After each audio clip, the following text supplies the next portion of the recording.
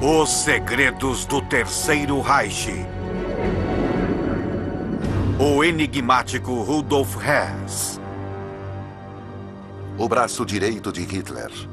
O vice-Führer, que acreditava que os pensamentos podem mover objetos e que a Grã-Bretanha faria paz com Hitler. Hess é realmente um mito. Rudolf Hess é sem dúvida uma das figuras históricas mais interessantes do século XX.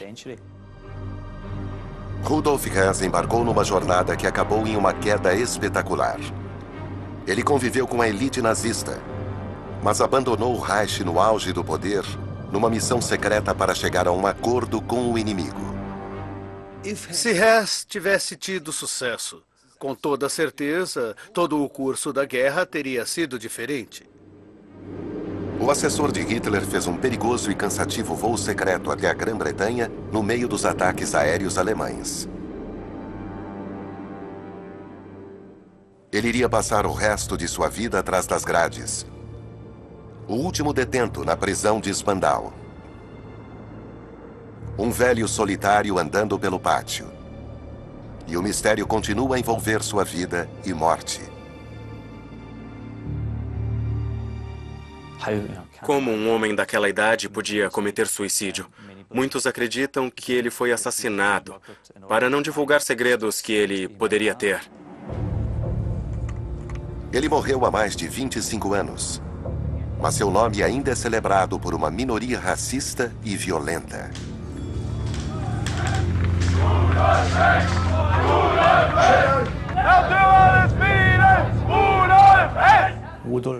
Rudolf Hess é reverenciado por neonazistas como um mártir, como um aviador da paz. Dizem que seu voo para a Escócia serviria para acabar com a chamada guerra entre irmãos com a Inglaterra. Assim, ele é um nazista antigo que se encaixa perfeitamente na ideologia neonazista de hoje. Estas imagens foram gravadas secretamente em shows neonazistas clandestinos na Alemanha e na Áustria. Se eu tivesse sido descoberto com a minha câmera escondida, provavelmente teria sido espancado pelos nazistas. E não é impossível ser espancado até a morte. É o tipo de intimidação e violência praticadas por criminosos nazistas nos anos 20 e 30. E Rudolf Hess era um deles. Hess, claro, participou disso. Se ele não organizou a violência, certamente ele sabia dela e a tolerou. Rudolf Hess era um devoto, um dos primeiros a entrar no partido.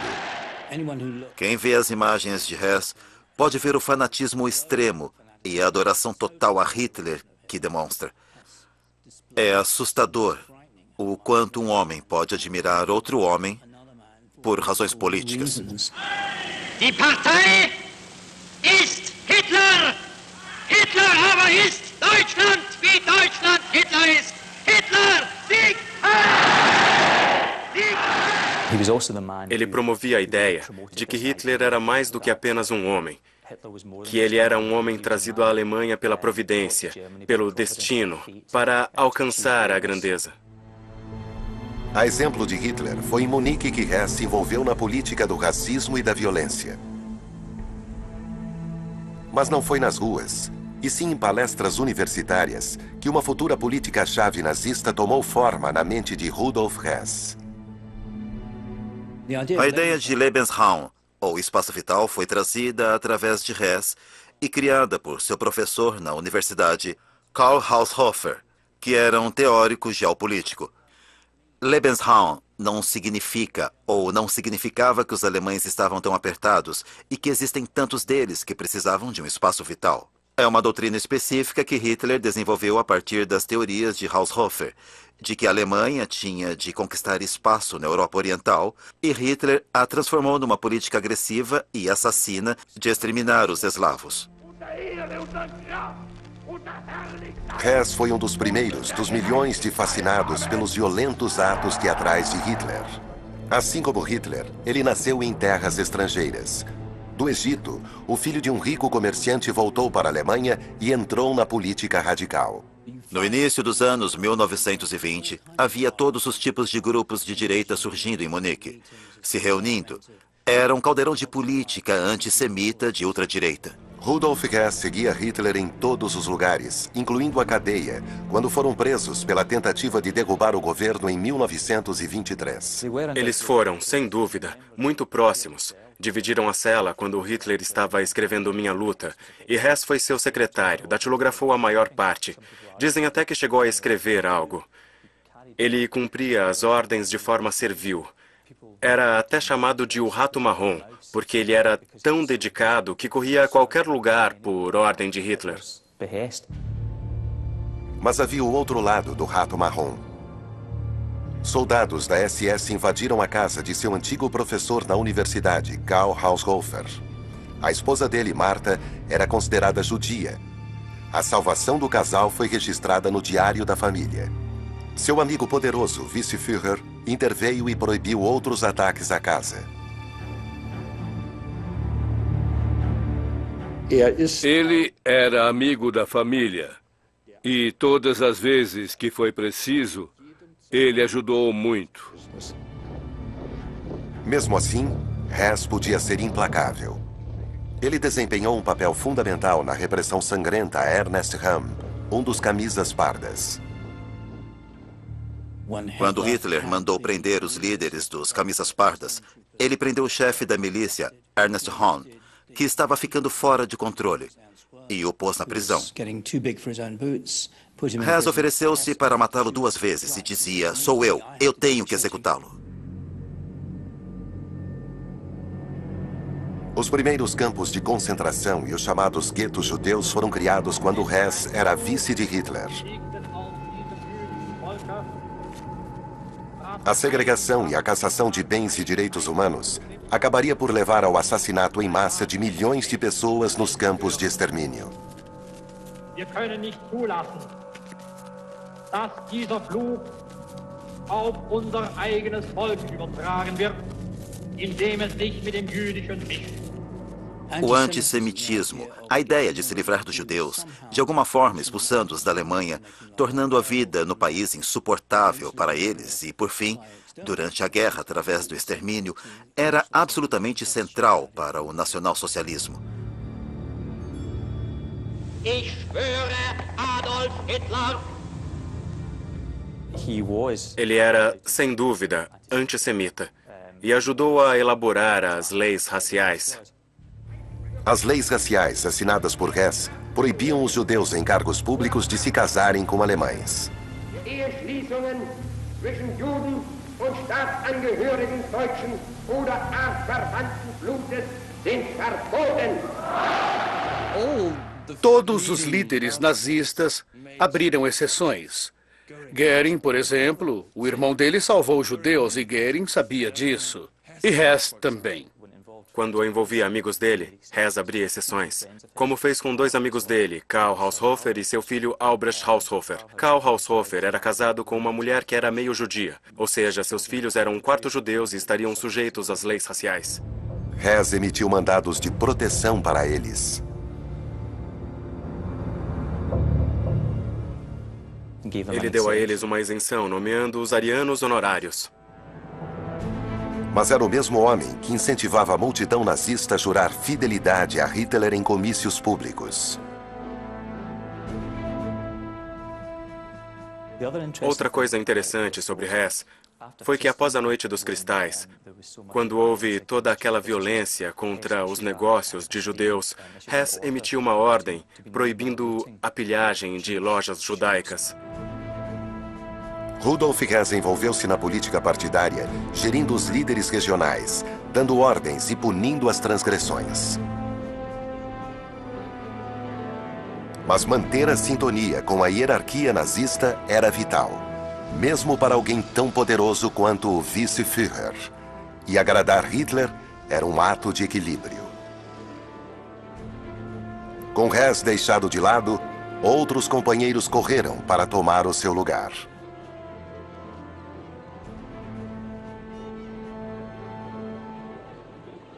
Hitler era o centro do poder.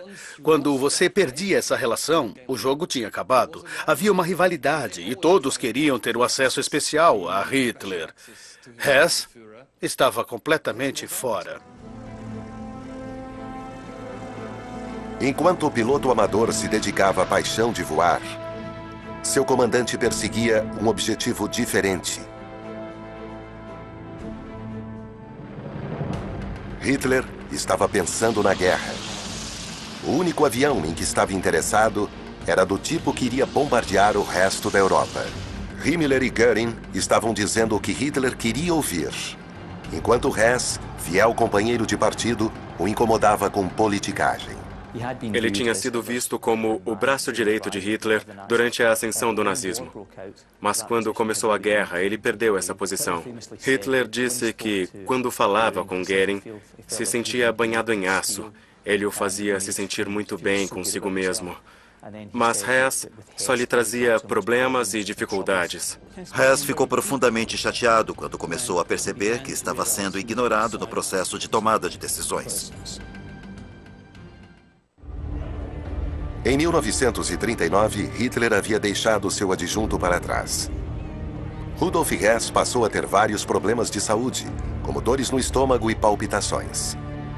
Com a proximidade da guerra, o vice-Führer estava em segundo plano. Em 1939, o tempo de Hess tinha definitivamente acabado. Ele não tinha nenhuma influência sobre assuntos militares ou externos, nem na política interna. O vice-Führer ficou abandonado. Ele era um ministro sem pasta e não tinha nenhum trabalho específico. Rudolf Hess trilhou um caminho solitário, imergindo em terapias alternativas e paranormais. Ele se dedicava a práticas bizarras, se dedicava à medicina alternativa, dietas estranhas, e ele não estava sozinho. De certa forma, isso resumia toda a elite nazista. Eles estavam cercados por charlatães irracionais. O vice-líder de Hitler recorreu à terapia alternativa. Ele recebeu os delegados de uma conferência internacional sobre a medicina homeopática. Ele acreditava que correntes elétricas poderiam reanimá-lo. A clínica austríaca que Hess visitou funciona até hoje.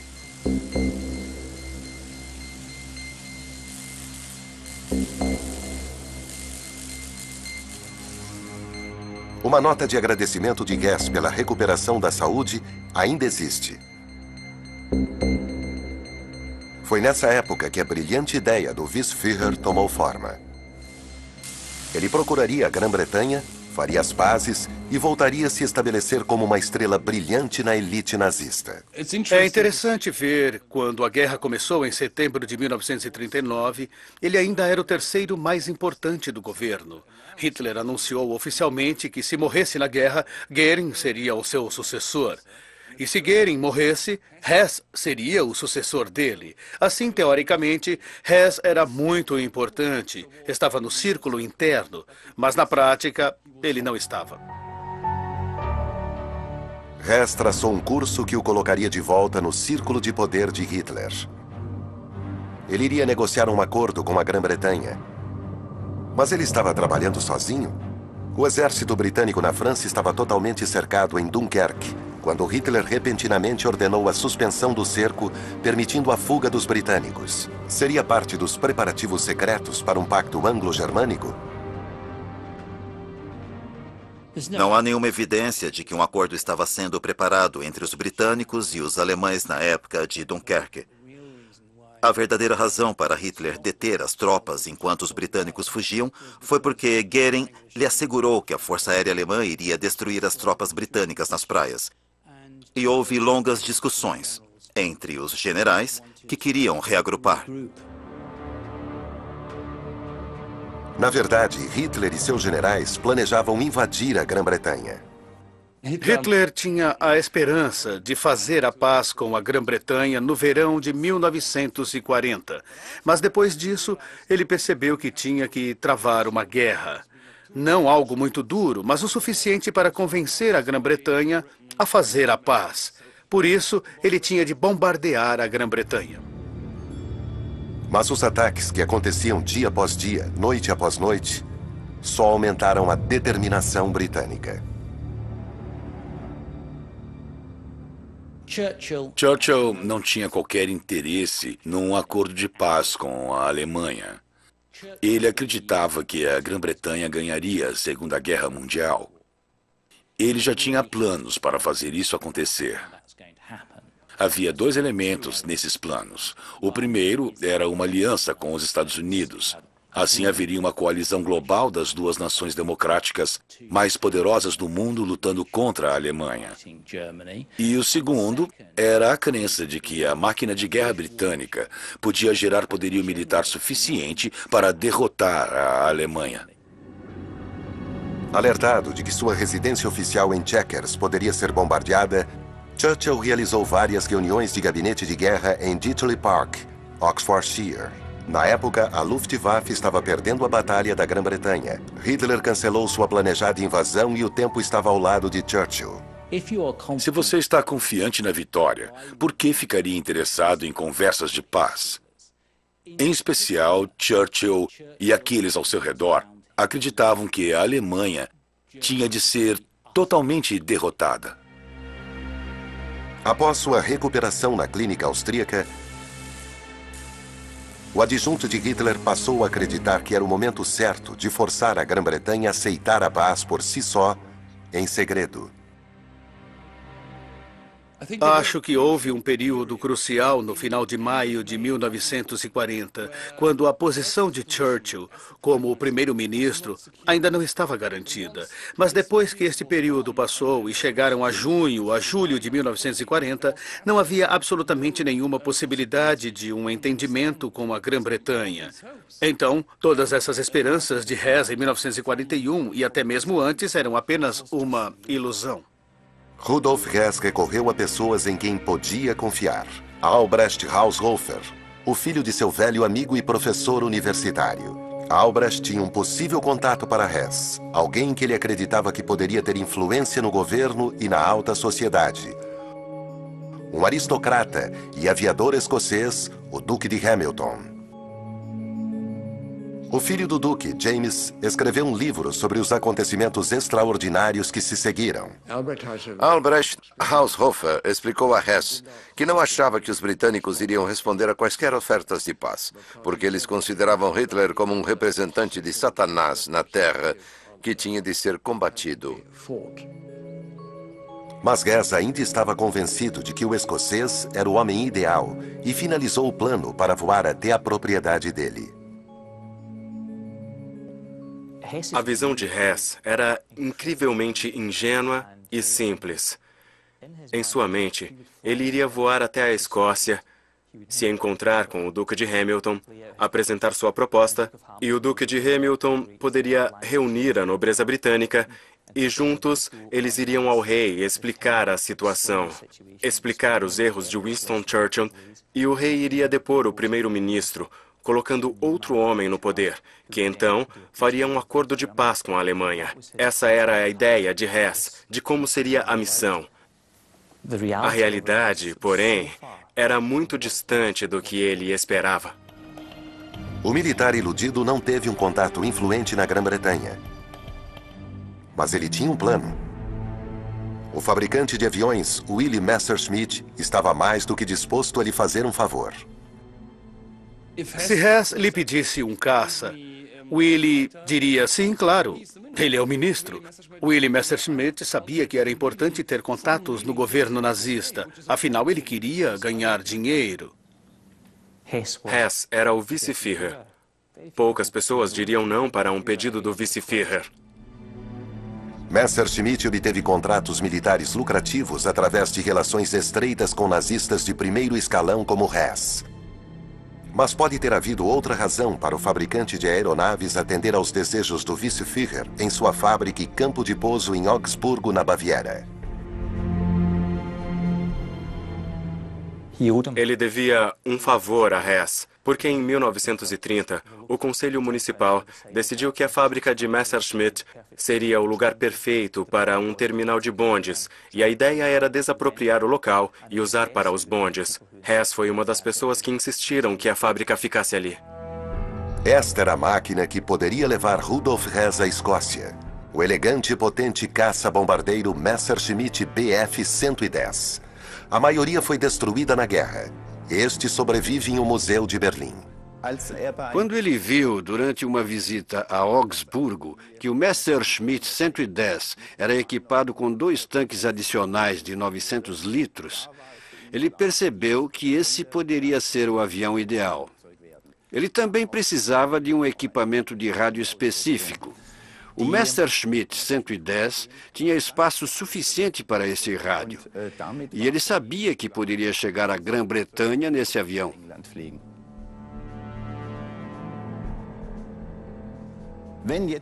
Com uma única pessoa pilotando o avião, algumas alterações tiveram que ser feitas. O equipamento de rádio é muito importante em um voo de longa distância e tinha de ser operado do banco da frente. Assim, tiveram de instalar uma espécie de painel operacional na frente para que o equipamento pudesse ser controlado dali.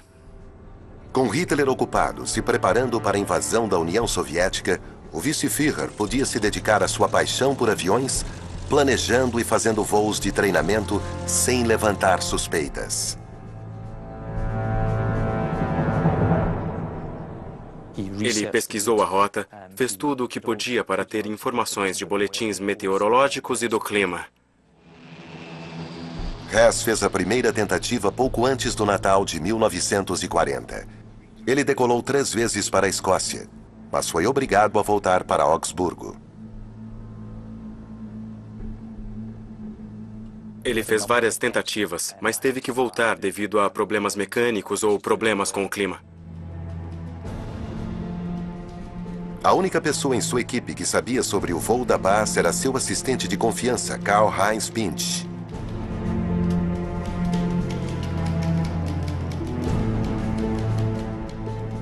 O vice-Führer ditou o acordo que, na opinião dele, levaria à capitulação da Grã-Bretanha.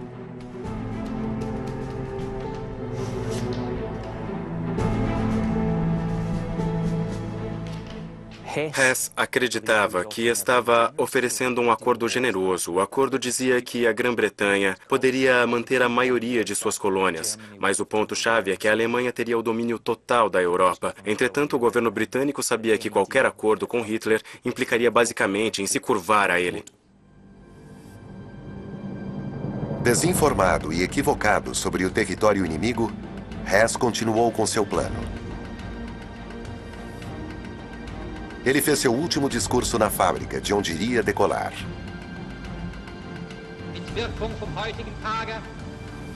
Atrás dele, um Bf-110, o mesmo modelo que Willy Messerschmitt lhe cedeu para pilotar, sem saber que nunca mais o teria de volta. 9 dias depois, Hess estava de volta a Augsburgo com seu assessor de confiança. Caso fosse capturado, ele estaria voando com o pseudônimo de Capitão Horn. A interceptação por caças dos 2 lados era um risco real. Hess conhecia os riscos de sua fuga. Era um voo excepcionalmente difícil de realizar.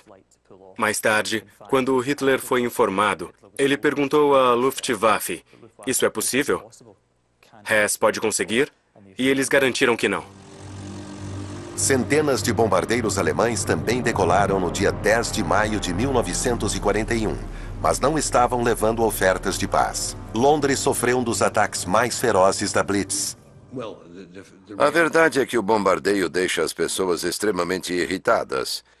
E não poderia haver pior momento para um líder nazista apresentar uma iniciativa de paz. Hess decolou à tarde e não retornou. Sua 4ª tentativa seria uma façanha de navegação e capacidade de pilotagem.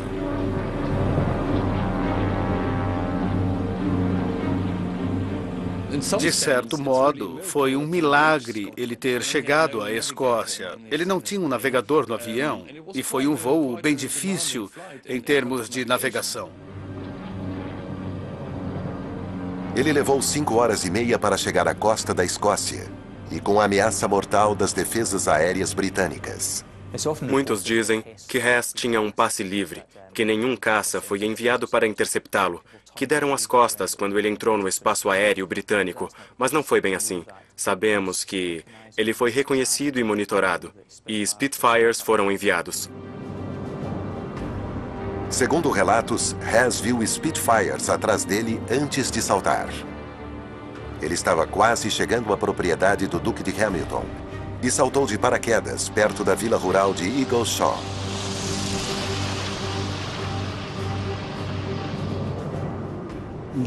Ninguém esperava isso. Hess literalmente caiu do céu. E os britânicos ficaram totalmente confusos com o que aconteceu. Levaram algum tempo para entender que era Rudolf Hess. Um menino que jogava futebol com o pai naquela noite é uma das poucas testemunhas oculares ainda capazes de contar o que aconteceu. De repente, ouvimos o som de um avião alemão vindo do leste. Aqui.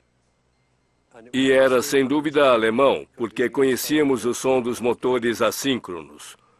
Meu pai gritou, é um alemão. Eu fiquei intrigado. O avião passou sobre uma árvore enorme que existia aqui e foi exatamente nessa direção.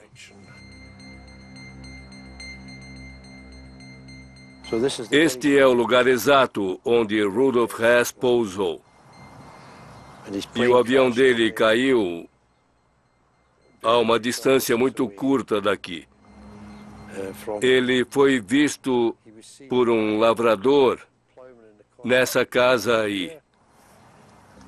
E o lavrador David McLean e o amigo John Tweedy saíram da casa e ajudaram Rudolf Hess a tirar o equipamento e o levaram para casa enquanto gritavam para o dono da fazenda, temos um prisioneiro alemão.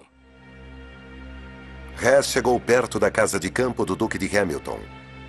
Seu avião foi destruído, mas ele escapou com uma torção no tornozelo. O piloto misterioso, que dizia se chamar Capitão Horn, foi levado para a sede local da Guarda Nacional, hoje uma loja maçônica. Meu pai entrou numa sala onde o prisioneiro estava na cama. E ele falou, não sei se você me reconhece, mas eu sou Rudolf Hess, vice de Hitler. Estou em uma missão pessoal não autorizada para a humanidade. E, claro, meu pai ficou totalmente perplexo. Ele não esperava que o prisioneiro fosse alguém de grande importância. Mas era evidente que aquele homem era provavelmente Rudolf Hess. Albrecht Haushofer tinha descrito Rudolf Hess a ele como um homem com os olhos afundados na cabeça, a tez escura e suave. E a expressão e comportamento do prisioneiro correspondiam à descrição. Era de fato o vice de Hitler. E Hess logo descobriu como estava enganado. O Duque de Hamilton não era um canal para qualquer tipo de aliança pró-Alemanha anti-Churchill em Westminster. O Duque de Hamilton estava longe de ser o homem que Hess acreditava que poderia organizar o acordo de paz com a Grã-Bretanha. O vice-Führer não teve as boas-vindas que esperava. Churchill tinha acabado de visitar as ruas de Londres, bombardeadas por invasores nazistas. Ele estava na casa de campo em Titchley Park, quando o Duque de Hamilton lhe disse quem tinha caído do céu. Você quer me dizer que o vice-Führer da Alemanha está em nossas mãos? E ele olhou para o meu pai como se meu pai estivesse tendo alucinações e a guerra estivesse sendo demais para ele. E meu pai disse, é quem ele diz ser. E Churchill respondeu, bom, seja ele Hess ou não, eu vou ver os irmãos Marx. Acho que ele falou sério quando disse que ia haver uma comédia. O que ele poderia fazer naquele momento a respeito de Hess? Era para ser levado a sério? Obviamente que não. Era uma forma de Churchill dizer, não vou dar atenção a isso, isso não é sério. Não vamos usar isso como uma maneira de fazer a paz. A visão britânica em relação à Alemanha. Eles não queriam. Na opinião de Churchill, do governo e da maioria do povo britânico, só havia dois tipos de bons alemães: mortos ou humilhados. O episódio Hess durou apenas 4 dias na vida do meu pai, mas foi um grande choque para ele, porque ele não era o equivalente a Hess na Grã-Bretanha. Era só um comandante de esquadrilha, muito ocupado cumprindo seus deveres na Segunda Guerra Mundial. Hitler estava ocupado planejando um ataque surpresa à União Soviética. Certamente um acordo com a Grã-Bretanha lhe convinha, evitando uma guerra em duas frentes. Talvez ele soubesse sobre o plano bizarro de seu adjunto e tenha até mesmo autorizado. É exatamente isso que o assessor de Rudolf Hess disse aos soviéticos depois de ser capturado no fronte oriental. Mas sua confissão foi gravada sob pressão, possivelmente sob tortura. Quando Karl-Heinz Pintsch foi finalmente solto, suas mãos estavam tão deformadas que ele não conseguia segurar talheres. Ele sofreu muito nas mãos dos soviéticos e não sabemos exatamente o que aconteceu com ele.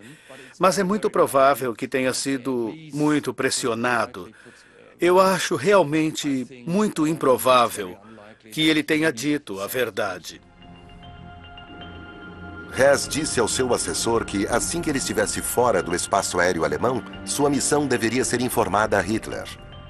De acordo com um relatório de 28 páginas contendo seu depoimento aos soviéticos, Hitler não se surpreendeu e reagiu de maneira calma. Mas outros que estavam no refúgio de Hitler na época deram uma versão muito diferente dos acontecimentos. Hitler ficou chocado e reagiu com fúria e indignação. Dizem que Hitler ficou arrasado, que nunca o viram tão irritado. Mas por que os soviéticos obrigaram Pintsch a dizer o contrário? Historiadores sugerem que Stalin queria evidências de um possível acordo anglo-germânico para desacreditar e colocar pressão sobre o Ocidente. Hess e seu infeliz assessor tornaram-se peões num jogo geopolítico. Ficou claro que Pintsch falou o que as autoridades de inteligência queriam ouvir. Stalin queria semear a dúvida e a discórdia no Ocidente. Ele sempre teve essa impressão de que, pelo fato de britânicos e alemães serem capitalistas, de alguma forma eles iriam entrar em algum tipo de acordo.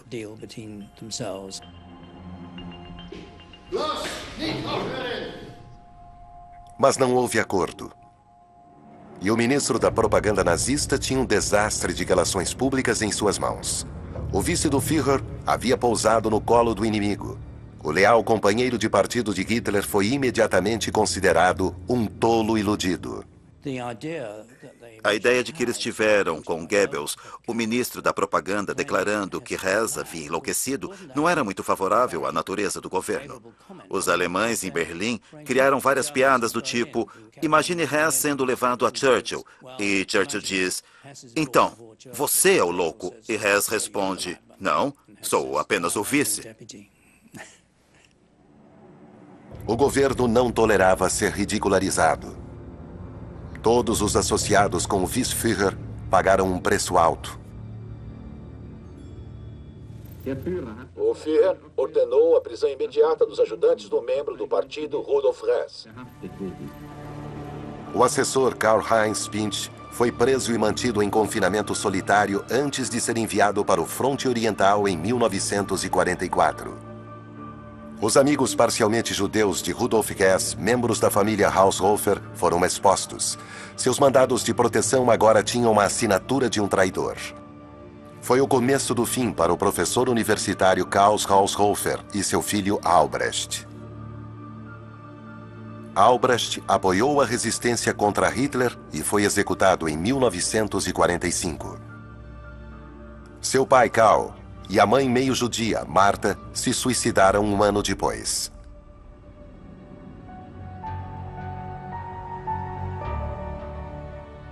Quanto a Rudolf Hess, não houve reunião com o rei ou com políticos influentes.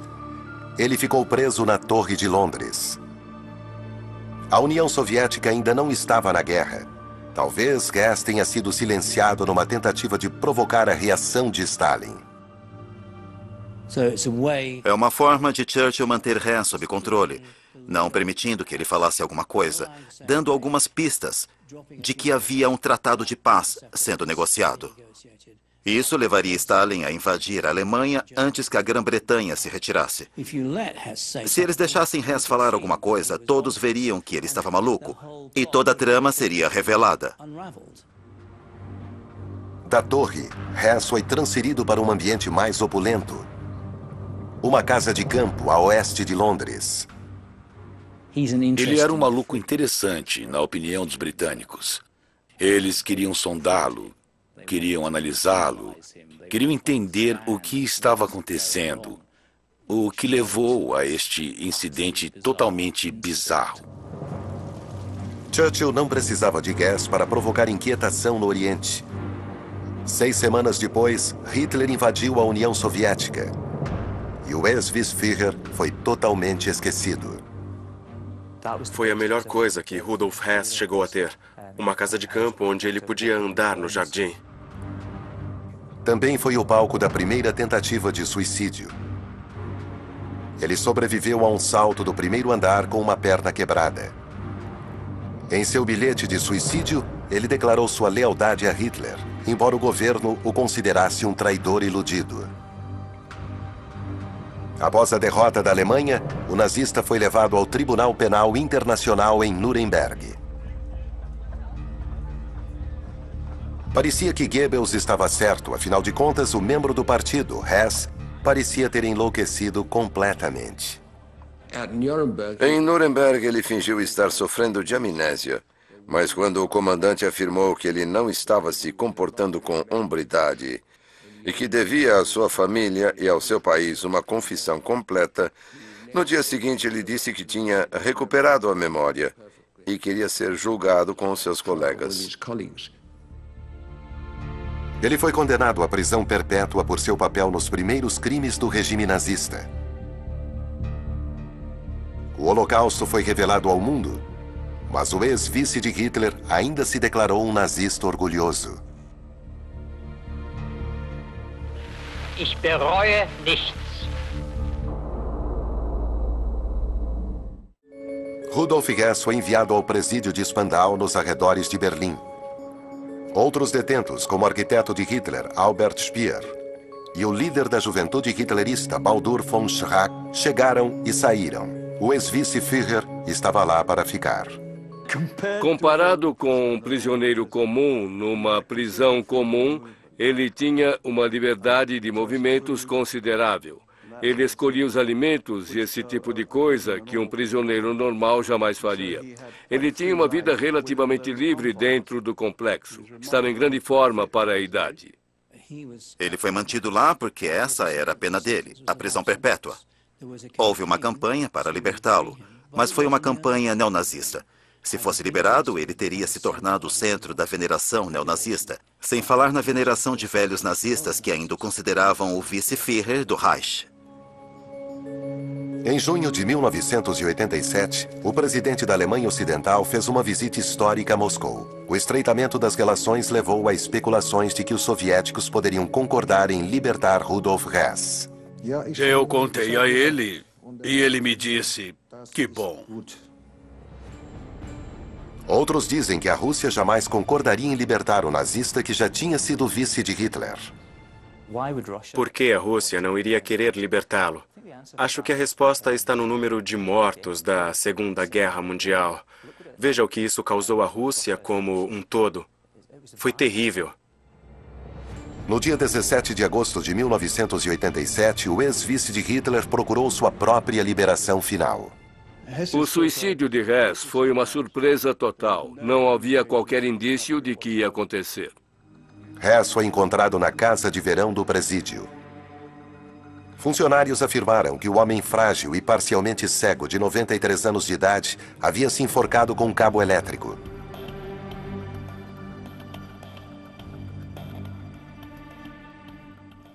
Uma criança poderia ter feito mesmo. Era um nó simples. Não foi nada elaborado. Apenas uma volta no cabo. Não houve testemunhas. Mas surgiram teorias conspiratórias afirmando que Hess tinha sido assassinado para impedi-lo de revelar segredos embaraçosos. Seu carcereiro afirmou ter visto 2 pessoas suspeitas perto do corpo. Eles estavam ali, como assassinos, muito relaxados. Não como atores, mas como assassinos profissionais. Não havia nenhum motivo para alguém querer matá-lo. Ele era só um velho solitário, isolado. Não houve qualquer indício nas décadas em que ele ficou na prisão de Spandau de que ele revelaria segredos de qualquer espécie. O filho de Hess, Wolf, estava entre aqueles que suspeitavam de um crime. A família pediu uma segunda autópsia. E a pergunta era: enforcamento ou estrangulamento seria uma teoria viável? Um aspecto importante dessa questão é a marca da corda.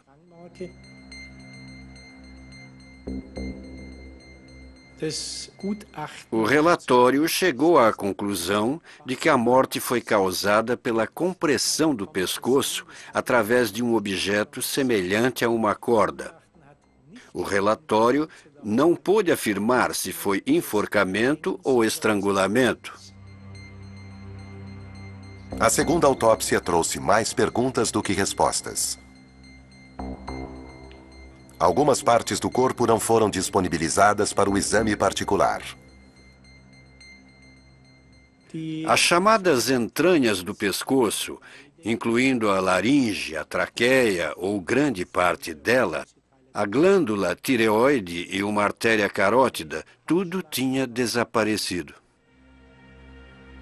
As partes do corpo não tinham desaparecido. Havia uma explicação lógica. Essas partes não foram entregues à família nessa fase, porque os exames não tinham sido concluídos. Esses exames levam dias e certamente queríamos nos livrar do corpo. Por isso o entregamos. Rumores e especulações seguiram Rudolf Hess na vida e na morte. A segunda autópsia não oficial foi inconclusiva. As teorias de um assassinato continuaram fortes. A família acreditava que a morte tinha sido causada por um estrangulamento cometido por outra pessoa. Mas tivemos que dizer que esse é um cenário possível, mas não é necessariamente o cenário correto. Para as autoridades do presídio, não havia mistério em torno da morte de Rudolf Hess. Acho que essas teorias são uma grande bobagem. Não passam de pura especulação. O ex-vice de Hitler morreu sabendo que nunca seria perdoado. Ele percebeu, a partir da rejeição que recebia das autoridades, que não havia nenhuma chance de ser libertado. Ele estava lá para o resto da vida e pronto. Ele sabia disso e aceitou, e nos últimos momentos decidiu fazer algo a respeito, e fez. Seu malfadado voo o levou a uma vida no cativeiro. A morte era a única saída. Ele ainda é celebrado por uma minoria extremista, ignorante do terror que ele já representou. 2 pontos que nunca foram esquecidos sobre Rudolf Hess. O primeiro é que ele assinou toda a legislação antissemita. Assim, ele ajudou a fornecer a base em que todos aqueles de origem judaica poderiam ser abertamente discriminados. E o segundo ponto é que ele apoiou Hitler em todos os sentidos e não queria a paz. Ele queria a guerra contra a Rússia. Mas o que ele queria, para que essa guerra fosse bem sucedida, era a remoção da Grã-Bretanha do conflito, antes que o ataque à Rússia começasse. E nisso ele falhou. Seu voo para a Grã-Bretanha não tinha por objetivo alcançar a paz, mas atender às ambições de Hitler para a guerra total. Ambos foram um fracasso espetacular. Versão Marshmallow São Paulo.